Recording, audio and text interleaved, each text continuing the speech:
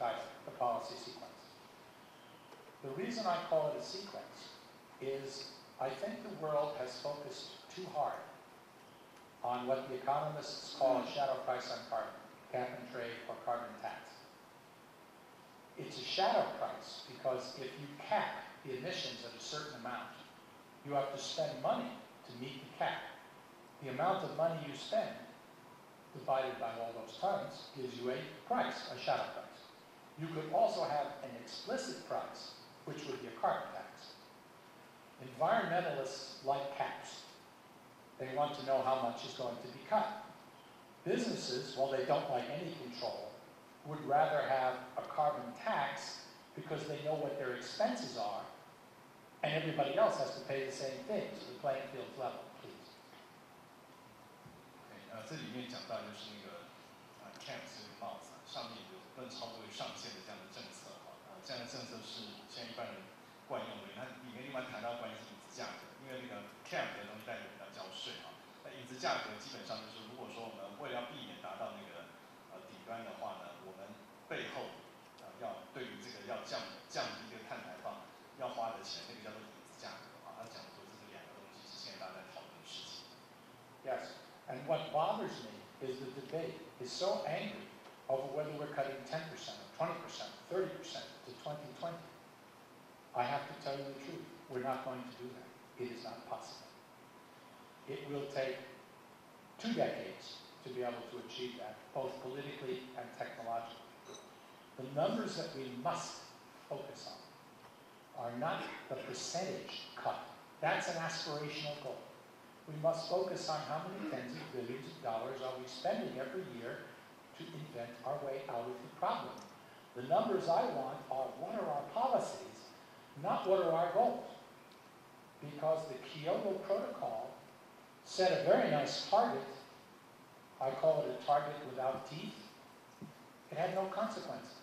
It's like traffic lights and speed limits without police and judges. Nobody will do it.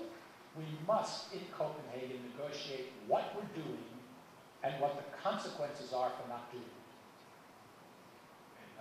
刚刚Schneider教特别提到过，我们这个有一些大家各位都看过一些数字嘛，比方20年之内要降低20%的温室排放他认为这个在政治上、他在技术上都是没有办法达到的事情。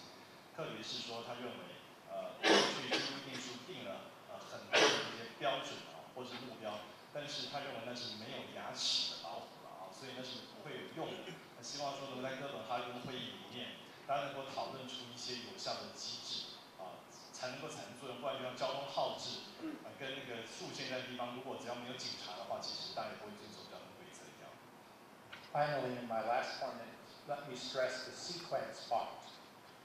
While we fight, probably for a decade, about targets and things, there are other things we can do right now, should have done 20 years ago, that can make the problem less severe while we debate the need.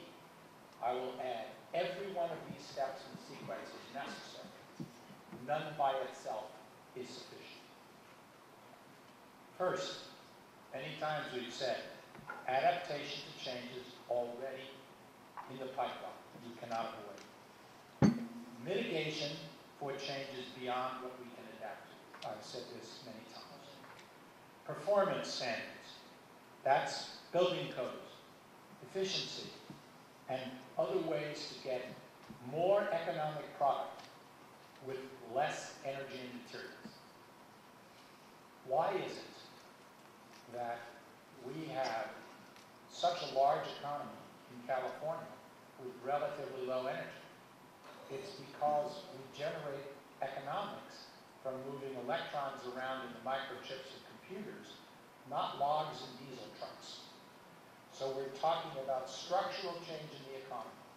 Unfortunately, those people who log, who mine coal, and who do inefficient technology are hurt by these policies.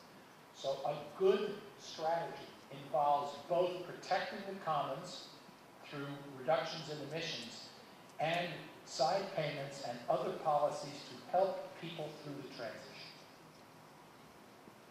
这边提到前2个，就是它这个顺序的前2个顺序前2件事情。第一个，我想各位应该蛮清楚现在已经变迁了，我们要对它调试啊。那另外刚刚也有提到过说，对于那些我们没有办法调试的，我们设法在这个进行一些缓解，这样让我们以后要调试的空间可以再缩小一点。这是他今天整个演讲里面一直强调，而认为调试和缓解这两件事情是相对的，而是有些相互作用的。